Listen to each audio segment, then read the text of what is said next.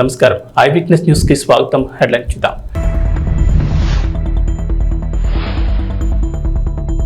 ప్రధానితో చంద్రబాబు భేటీ, రాష్ట్రానికి సంబంధించిన కీలక అంశాలపై చర్చ.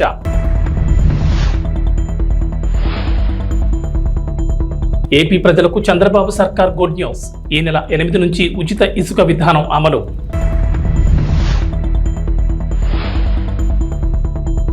కేసీఆర్ కు మరో భారీ షాక్, కాంగ్రెస్ లోకి 6 ఎమ్మెల్సీలు.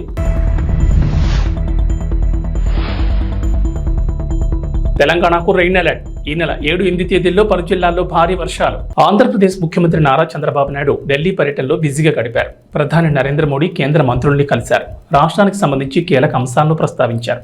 ప్రధాని మోడీతో భేటీలో ముఖ్యంగా 7 అంశాలపై చంద్రబాబు చర్చించారు. రాష్ట్రానికి స్వల్ప కాలానికి ఆర్థికంగా చేయూతనివ్వమని కోరారు. పోలవరం ప్రాజెక్టు నిర్మాణం పునఃప్రారంభానికి వెంటనే చర్యలు తీసుకోవాలని విన్నవించారు. రాజధాని అమరావతి ప్రాంతాల్లో ముఖ్యమైన మౌలిక వస్తువులు, ప్రభుత్వ భవనాల సముదాయం పూర్తికి సమగ్ర ఆర్థిక సాయం అందించాలని కోరారు. పారిశ్రామిక అభివృద్ధికి ప్రోత్సాహకాలు, రాష్ట్రాలకు మూలధనం వ్యయం అందించే ప్రత్యేక పథకం కింద ఆంధ్రప్రదేశ్కు అదనపు కేటాయింపులు జరిపి రోడ్లు, బ్రిడ్జిలు, సాగునీరు, తాగునీటి ప్రాజెక్టులు పూర్తయ్యేలా చూడాలన్నారు. చంద్రబాబు బుందేల్ఖండ్ ప్యాకేజ్ తరహాలో రాష్ట్రంలోని వెనుకబడిన ప్రాంతాలకు సాయం చేయాలని కోరారు. అలాగే దుగ్గరాజపట్నం పోర్ట్ పూర్తి చేసేలా రాష్ట్రానికి చేయూతను అందించాలన్నారు చంద్రబాబు. ప్రధానంగా రాష్ట్ర ఆర్థిక పరిస్థితి సరిగ్గా లేదని, వచ్చే ఆదాయం జీతాలు, పింఛన్లు, అప్పులు తీర్చడానికి కూడా సరిపోవడం లేదని కేంద్రం చేయూత ఇవ్వాలని కోరారు. మిగిలిన రాష్ట్ర సమస్యల్ని ప్రధాని దృష్టికి తీసుకెళ్లారు. ప్రధానంగా పోలవరం ప్రాజెక్టు, జలవనరులు, రోడ్లు, రాజధాని నిర్మాణాలను గత ప్రభుత్వం విస్మరించడంతో రాష్ట్రం తీవ్రంగా నష్టపోయిందన్నారు. కేంద్రం ఆర్థికంగా చేయూతనివ్వకపోతే ఈ సవాళ్ల నుంచి బయటపడడం కష్టమన్నారు ముఖ్యమంత్రి. ప్రధాని మోడీ నాయకత్వంలో ఆంధ్రప్రదేశ్ మళ్లీ బలమైన పవర్ హౌస్గా అవతరిస్తుందని తనకు పూర్తి నమ్మకం ఉందన్నారు. ఆంధ్రప్రదేశ్ ప్రభుత్వం కీలక నిర్ణయం తీసుకుంది. ఈ నెల 8 నుంచి ఉచిత ఇసుక విధానం అమలు చేయనుంది. ఉచిత ఇసుకపై గనుల శాఖ అధికారులు మార్గదర్శకాలు సిద్ధం చేశారు. సోమవారం నుంచి ఈ మార్గదర్శకాలు అమలు సిద్ధమైనట్లు తెలుస్తోంది. ఈ మేరకు ప్రభుత్వం కీలక మార్గదర్శకాలను రూపొందించింది. ఇకపై ప్రభుత్వం రూపాయి కూడా ఇసుక నుంచి తీసుకోకూడదని నిర్ణయించింది. ఇప్పటి వరకు టన్ను ఇసుకను 475 రూపాయలు చొప్పున విక్రయించగా ఇందులో కాంట్రాక్టర్ తవ్వకాలు, రవాణా ఖర్చు 100 తీసేస్తే మిగిలిన 375 రూపాయలు ప్రభుత్వానికి వచ్చేది. తాజా నిర్ణయం ప్రకారం 375 కాకుండా కేవలం 88 మాత్రమే వసూలు చేయనున్నారు. ఈ డబ్బులు కూడా స్థానిక సంస్థలకు జమ చేయనున్నారు. ఇందులో సేనరేజ్ ఛార్జ్ కింద 66 రూపాయలు టన్నుకు తీసుకుంటున్నారు. ఈ 66 రూపాయలను నేరుగా జిల్లా, మండల పరిషత్తులు, పంచాయతీలకు చేరుతుంది. 19.80 జిల్లా ఖనిజ నిధి కింద వసూలయ్యే మొత్తం రీచ్ ప్రాంత అభివృద్ధికి జిల్లా ఖాతాలోకి వెళుతుంది. 1.32 గనుల శాఖలో ఖనిజ అన్వేషణ ట్రస్ట్కు వెళ్లనుంది. గతంలో ఉన్న విధానంతో పోలిస్తే ఇసుక ప్రతి టన్నుకు 287 భారం తగ్గుతుందని అధికారులు చెబుతున్నారు. ఆంధ్రప్రదేశ్లో రేషన్ పంపిణీకి సంబంధించి పౌర సరఫరాల శాఖ మంత్రి నాదెండ్ల మనోహర్ కీలక వ్యాఖ్యలు చేశారు. గత ప్రభుత్వ హయాంలో రేషన్ మాఫియాలో ప్రధాన భాగస్వాములు ఎండియు వాహనాల నిర్వాహకులేనని ఆరోపించారు. వైఎస్ఆర్సీపీ ప్రభుత్వంలో రేషన్ డోర్ డెలివరీ పేరుతో 9,260 వాహనాలు కొనుగోలు చేసిన విషయాన్ని గుర్తు చేశారు. దీంతో పౌర సరఫరాల సంస్థకు 1,500 కోట్ల నష్టం జరిగిందన్నారు. రాష్ట్రంలో ఎండియూల ద్వారా రేషన్ పంపిణీ చేయడంపై త్వరలోనే చర్చించి ఓ నిర్ణయం తీసుకుంటామని తెలిపారు. రేషన్లో భాగంగా పేదలకు ఇచ్చే పంచదార, అంగన్వాడీలకు ఇచ్చే కందిపప్పు, నూనె ప్యాకెట్లు బరువు తక్కువగా ఉన్నట్లు గుర్తించినట్లు మంత్రి తెలిపారు. ఈ కారణంగానే రాష్ట్ర వ్యాప్తంగా కందిపప్పు, పంచదార, నూనె, ఇతర ప్యాకెట్ల పంపిణీ నిలిపివేయాలని మంత్రి అధికారులను ఆదేశించారు. అలాగే ప్రస్తుతం నిలిపేసిన పంచదార, కందిపప్పు, ఇతర వస్తువుల్ని త్వరలోనే రేషన్ కార్డుదారులకు అందజేస్తామన్నారు మంత్రి. రేషన్ విషయంలో జాగ్రత్తలు తీసుకుంటామని, అవినీతికి తావు లేకుండా చర్యలు తీసుకుంటామని అన్నారు. 7,615 మెట్రిక్ టన్నులను సీజ్ చేశాం ఒక్క రోజులోనే. ఈ రోజున మళ్ళీ ఉదయం నుంచి ప్రారంభించాం. ఒక 3 చోట్ల మాకు స్పష్టంగా ఆధారాలు దొరుకుతున్నాయి. ఎన్ని కోట్ల రూపాయలు ఈ విధంగా ప్రజాధనాన్ని సొంత లాభం కోసం, ఒక కుటుంబం కోసం ఉపయోగించుకున్నారో మీ అందరికీ బాగా తెలుసు. కాబట్టి ఆ మార్పు ప్రజలు కోరుకున్నారు. ఆ మార్పు మేము చేసి చూపిస్తాం. కాకినాడ పోర్ట్ అంటేనే అందరు భయపడుతున్నారు. ఈ రోజున ఏ స్థాయికి వెళ్ళారంటే సొంత వెసల్ మెయింటైన్ చేసుకుంటున్నారు వాళ్ళు. అంటే ఎంత రైస్ ఇక్కడి నుంచి ఎక్స్పోర్ట్ అయిపోయిందో ఆఫ్రికా దేశాలకి మీకు అర్థం అవుతుంది. సొంత వెసల్ మెయింటైన్ చేసుకునే స్థాయికి వీళ్ళు ఎదిగారు. ఇతర దేశాల్లో వీళ్ళకి అకౌంట్స్ ఉన్నాయి. ఇతర రాష్ట్రాల నుంచి కూడా వీళ్ళు సరుకు తీసుకొస్తున్నారు. స్థానిక పోలీస్ అధికారులు కూడా చెప్పాం. టోల్ గేట్ల దగ్గర సీసీటీవీ ఫుటేజ్ తీసుకుని గత 10 రోజుల నుంచి, అంటే నా పర్యటన ఉందని తెలుసుకుని 3-4 రోజుల నుంచి కూడా చాలా స్టాక్స్ లిఫ్ట్ చేసేశారు. ఇది చాలా పెద్ద కార్టెల్ ఏర్పడ్డారు. కాబట్టి వీళ్ళందరి పైన కూడా క్రిమినల్ యాక్షన్ తీసుకుంటాం. అందులో ఏమాత్రం కూడా హెసిటేట్ చేసేది లేదు. లావాన్ ఇంటర్నేషనల్, రెండోది అయ్యప్ప ఎక్స్పోర్ట్స్ అంటున్నారు. అది బీబో వాళ్ళు టేక్ ఓవర్ చేసి నడిపిస్తున్నారు. మూడోది విశ్వప్రియ ఎక్స్పోర్ట్స్, నాలుగోది సరళ ఫుడ్స్, ఐదోది సాటెక్స్ ఇండియా. ఈ విఎస్ రాజు గోడౌన్స్ లో మాకు మన ఏపీ సివిల్ సప్లైస్ కార్పొరేషన్ సంబంధించిన ఆధారాలు, అంటే ఈ స్టాక్ కి సంబంధించిన స్లిప్స్ అన్ని కూడా అక్కడ ఉన్నాయి. సరుకు లేదు కానీ అక్కడ గోడౌన్ లో మాకు దొరికినాయి కాబట్టి టాలీ చేసి చూస్తే 2023-24 సంబంధించిన సరుకుగా దాన్ని నిర్ధారించాం. కాబట్టి వాళ్ళపైన కూడా కేసులు పెట్టి ముందుకెళ్తున్నాం. కొంతమంది చాలా పెద్దవాళ్ళు మాకు అన్ని విధాలుగా సపోర్ట్ ఉందని అనుకుంటున్నారు. ఐఎమ్ సారీ, ఇన్ని రోజులు మీరు చేశారు, ఇప్పుడు మాత్రం జరగదు. ఖచ్చితంగా యాక్షన్ తీసుకుంటాం. మాకున్న గోడౌన్స్ కానివ్వండి, ప్రైవేట్ గా తీసుకున్న గోడౌన్స్ లో కానివ్వండి, ఎక్కడ అవకతవకలు జరుగుతున్నాయో, ఏ విధంగా రవాణా జరుగుతుందో, వీటన్నిటిపైన కూడా డెఫినెట్ గా ప్రతి జిల్లాలో కూడా ఈ విధంగానే సమీక్షా సమావేశాలు ఏర్పాటు చేసుకుని కొన్ని చర్యలు తీసుకుంటాం. ఎందుకంటే ఇక్కడ ఒక మాఫియా ఏర్పడింది, వ్యవస్థీకృత మాఫియా, మామూలుగా లేదు. సామాన్యుడి పొట్టగొట్టి 39 రూపాయలు పర్ కిలో బియ్యం మీకు సరఫరా మేము కొని మీకు ఇస్తుంటే రూపాయికి 8 రూపాయలకి 10 రూపాయలకి ఈ దళారులు వచ్చి ఈ మాఫియా ఏర్పాటు చేసి ఒక కార్టెల్ గా వీరు ఏర్పడి కాకినాడ పోర్టుని అడ్డగా మార్చుకుని రాష్ట్ర వ్యాప్తంగా ఇక్కడ తీసుకొచ్చి ఇది ఒక భారీ దందాకి వీళ్ళు పాల్గొన్నారు. మాజీ ముఖ్యమంత్రి భారత రాష్ట్ర సమితి అధినేత కె చంద్రశేఖరరావుకు వర్ష షాకులు తగ్గుతున్నాయి. గత ఏడాది జరిగిన అసెంబ్లీ ఎన్నికల్లో ఓటమితో డీలాపడ్డ కేసీఆర్ కు నేతలు ఒక్కొక్కరుగా పార్టీని వీడుతున్నారు. కాంగ్రెస్ ఆపరేషన్ ఆకర్ష్ కు బీఆర్ఎస్ విలువలాడుతోంది. కాంగ్రెస్ లోకి బీఆర్ఎస్ వలసల పరంపర కొనసాగుతోంది. తాజాగా బీఆర్ఎస్ కు చెందిన 6 ఎమ్మెల్సీలు కాంగ్రెస్ లో చేరారు. ఎమ్మెల్సీలు భానుప్రసాద్, బస్వరాజ్ సారయ్య, దండే విఠల్, ఎంఎస్ ప్రభాకర్, ఎగ్గె మల్లేశం, బుగ్గారపు దయానంద్ కాంగ్రెస్ కండువాలు కప్పుకున్నారు. ఢిల్లీ పర్యటన ముగించుకుని ముఖ్యమంత్రి రేవంత్ రెడ్డి రాష్ట్రానికి రాగానే అర్ధరాత్రి ఆయన నివాసంలో వారంతా కాంగ్రెస్ పార్టీలో చేరడం గమనార్హం. ఈ కార్యక్రమంలో కాంగ్రెస్ వ్యవహారాల ఇన్ఛార్జ్ దీపాదాస్ మున్షి పాల్గొన్నారు. Dande Vittal Adilabad local body, Bhanuprasad Karimnagar local body, MS Prabhakar Rangareddy జిల్లా local body, Boggavarapu Dayanand governor quota, Egge Mallesham MLA quota, Baswaraj Sarayya governor కోటాలో ఎమ్మెల్సీలుగా ఎన్నికయ్యారు. శుక్రవారం అమావాస్య కావడంతో గురువారం రాత్రి వీడు కాంగ్రెస్ పార్టీలో చేరినట్టు తెలుస్తోంది. వీరి చేరికతో మండలంలో కాంగ్రెస్ బలం 12కు చేరింది. తెలంగాణ రాజకీయాల్లో ఆసక్తికర పరిణామాలు చోటు చేసుకుంటున్నాయి. బీఆర్ఎస్ పార్టీలోని కీలక నేతలు వరుసగా కాంగ్రెస్ పార్టీలోకి చేరిపోతున్నారు. ఈ క్రమంలోనే బీఆర్ఎస్ పార్టీలో కీలక నేతగా వ్యవహరించిన సీనియర్ నేత కె కేశవరావు ఆ పార్టీకి గత కొంతకాలంగా దూరంగా ఉండగా నిన్న ఢిల్లీలో అధికారికంగా పార్టీ జాతీయ అధ్యక్షుడు మల్లికార్జున ఖర్గే సమక్షంలో కాంగ్రెస్ తీర్థం పుచ్చుకున్నారు. దీంతో 10 ఏళ్ల తర్వాత కేకే మళ్లీ తన సొంత గూటికి చేరుకున్నట్లయింది. ఈ క్రమంలోనే కేకే తన రాజ్యసభ సభ్యత్వానికి కూడా రాజీనామా చేశారు. ఈ మేరకు తన రాజీనామా లేఖను Rajya Sabha chairman, vice president Jagdeep ధన్ఖడ్కు అందించారు. అయితే రాజకీయాల్లో సీనియర్గా ఎంతో అనుభవం ఉండగా బీఆర్ఎస్ పార్టీలోనూ కేసీఆర్ 10 ఏళ్ల ప్రభుత్వంలోనూ కీలకంగా వ్యవహరించారు.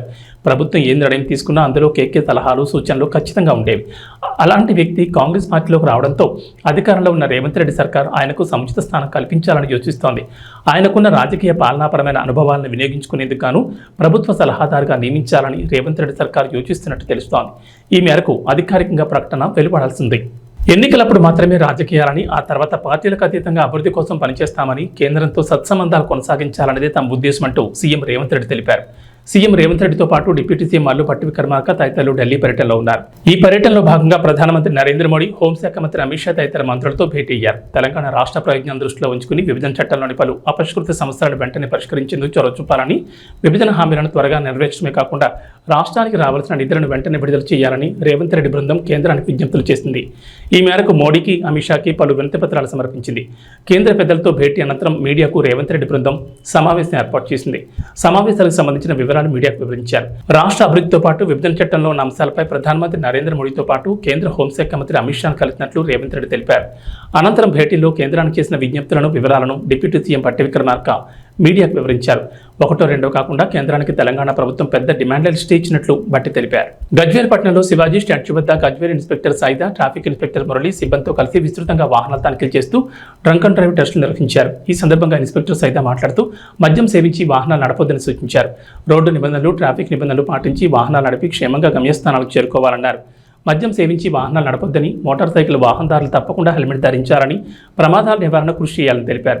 మోటార్ సైకిల్ వాహనదారులు తప్పకుండా హెల్మెట్ ధరించాలని, ప్రమాదాల నివారణ కృషి చేయాలని తెలిపారు. రోడ్లకు ఇరువైపులా ఏర్పాటు చేసిన సైనింగ్ బోర్డ్స్ సూచనలు, సలహాలు పాటిస్తూ సేఫ్టీగా డ్రైవ్ చేసి క్షేమంగా గమ్యస్థానాలకు చేరుకోవాలని సూచించారు. కారు నడిపేటప్పుడు సీట్ బెల్ట్ ధరించాలని సూచించారు. వాహనదారుల్లో, ప్రజల్లో మార్పు వచ్చినప్పుడు మాత్రమే రోడ్డు ప్రమాదాలు తగ్గుతాయని తెలిపారు. ఈ కార్యక్రమంలో గజ్వేల్ ట్రాఫిక్ సిబ్బంది, పోలీస్ సిబ్బంది తదితరులు పాల్గొన్నారు.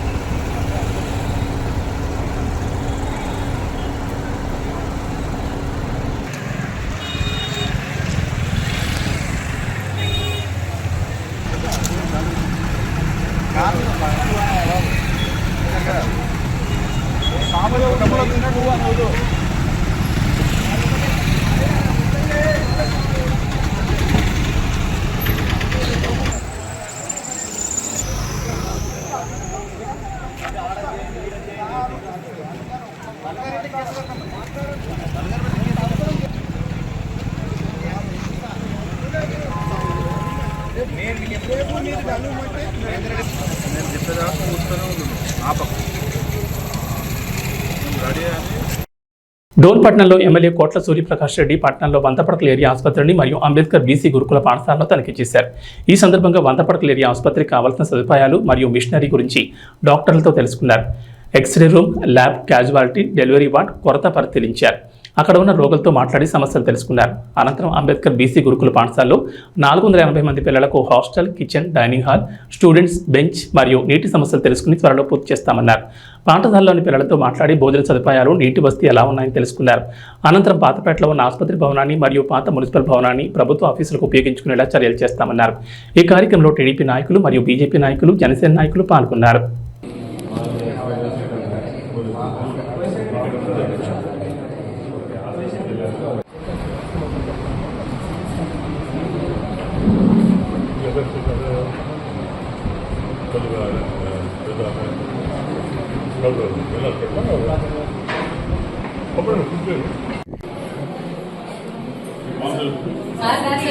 పచ్చడి ఇస్తాం సార్. ఒకసారి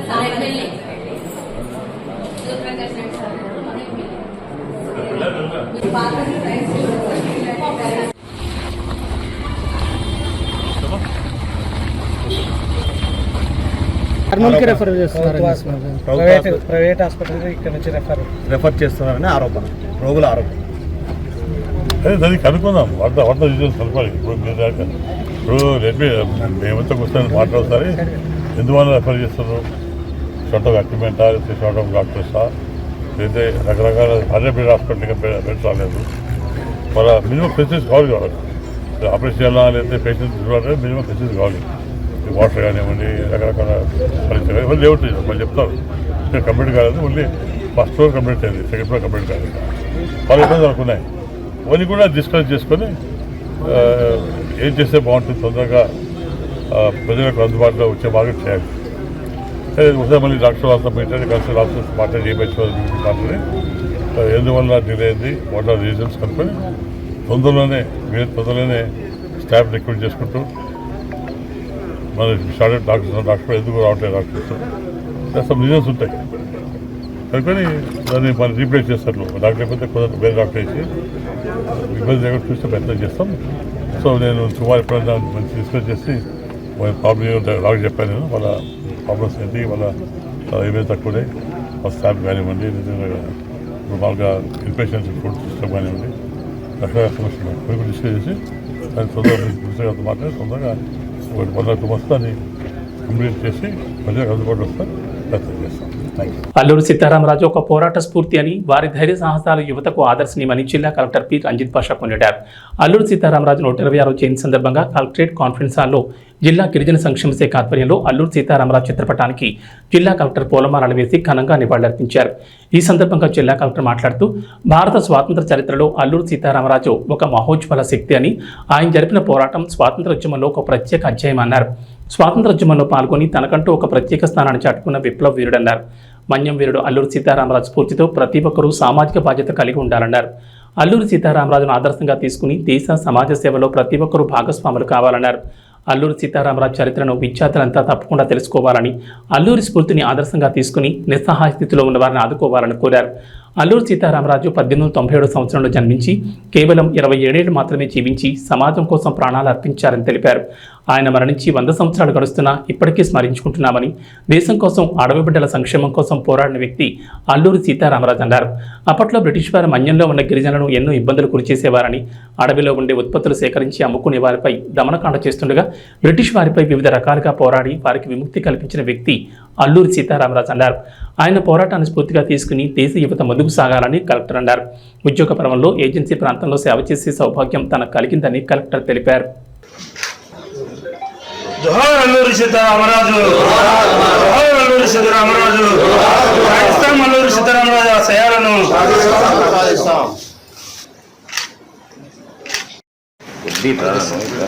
ఒక ఫోటో అల్లూరి సీతారామరాజు గారి జయంతి జరుపుకుంటున్నాం. రోజు 1997లో ఇదే రోజు ఆయన జన్మించడం జరిగింది. బాల్యం నుంచి కూడా ఉన్నత దేవాలు జరిగి, అలాగే దేశం కోసం చాలా చిన్న వయసులో ప్రాణాలు అర్పించి మనందరి కోసం, అంటే ఎస్పెషల్లీ మనకి ఉన్నటువంటి షెడ్యూల్ ఏరియా కావచ్చు, అలాగే రంప ఏరియా అంటాం. సో ఆ ఏరియాలంతా కూడా అక్కడ ఉన్నటువంటి చాలా వెనుకున్న ట్రైబల్స్ కోసం ఎంతో కృషి చేసి ధైర్యంగా బ్రిటిషర్స్ వాళ్ళందరూ కూడా ఎదుర్కొని ఒక రంప తిరుగుబాటును ఏర్పాటు చేయడమే కాకుండా ట్రైబల్స్లో అప్పుడు ఉన్నటువంటి ప్రజల్లో చాలా వరకు ప్రభుత్వం యొక్క దురాగతాలు కావచ్చు అప్పట్లో.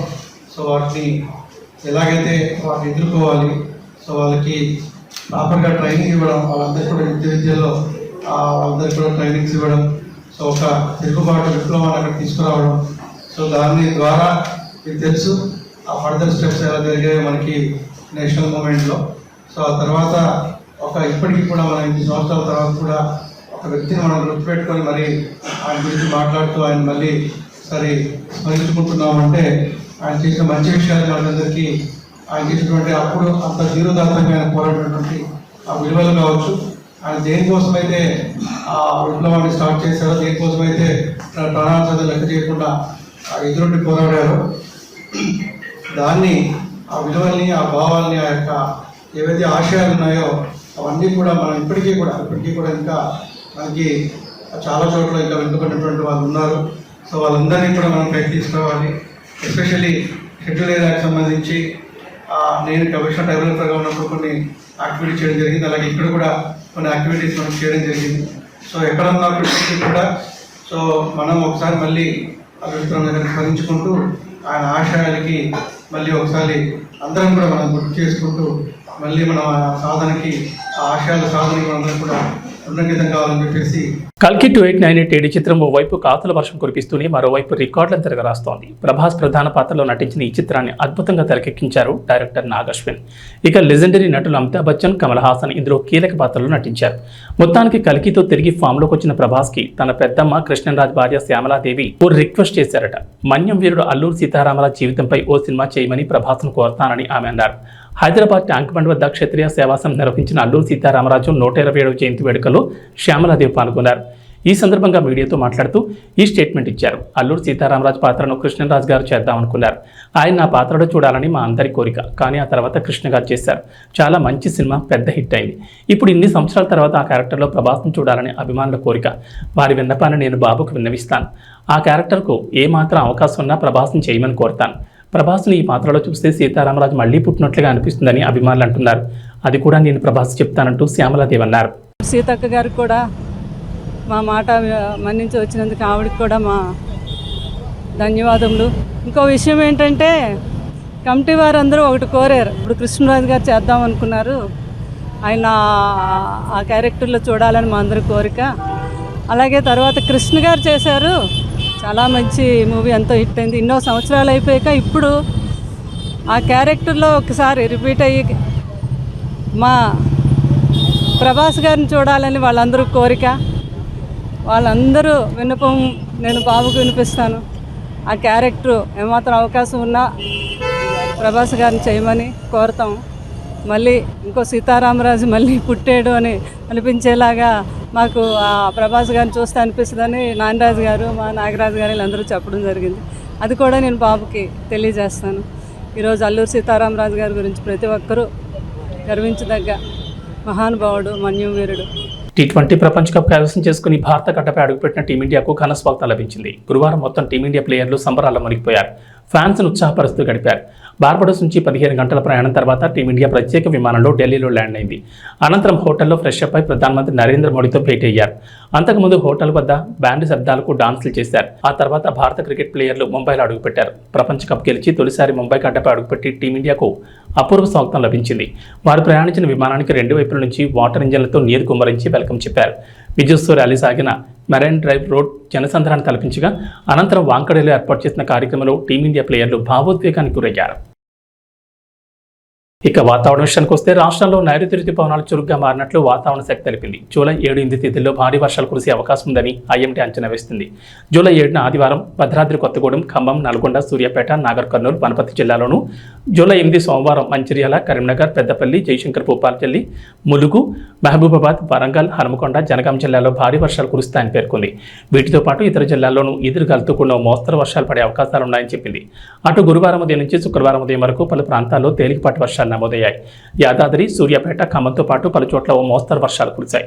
శుక్రవారం రాత్రి హైదరాబాద్ నగర శివార్లోని ఎల్బీ నగర్, వనస్థలిపురం, హయత్ నగర్, పహాడీ షరీఫ్, తుకుగూడ, పాలానగర్, బిఎన్ రెడ్డి నగర్లో మోస్తరు జల్లులు పడ్డాయి. నైరుతి రుతుపవనాల తోడు ఉపరితల గాలులు వీస్తున్నాయని గురువారం నుంచి 5 రోజుల పాటు తేలికపాటి నుంచి ఓ మోస్తరు వర్షాలు కురిసే అవకాశం ఉన్నట్లు ఇప్పటికీ ఐఎండీ అంచనా వేసింది. ఏవీ బులెటిన్ విశేషాలు. నమస్కారం.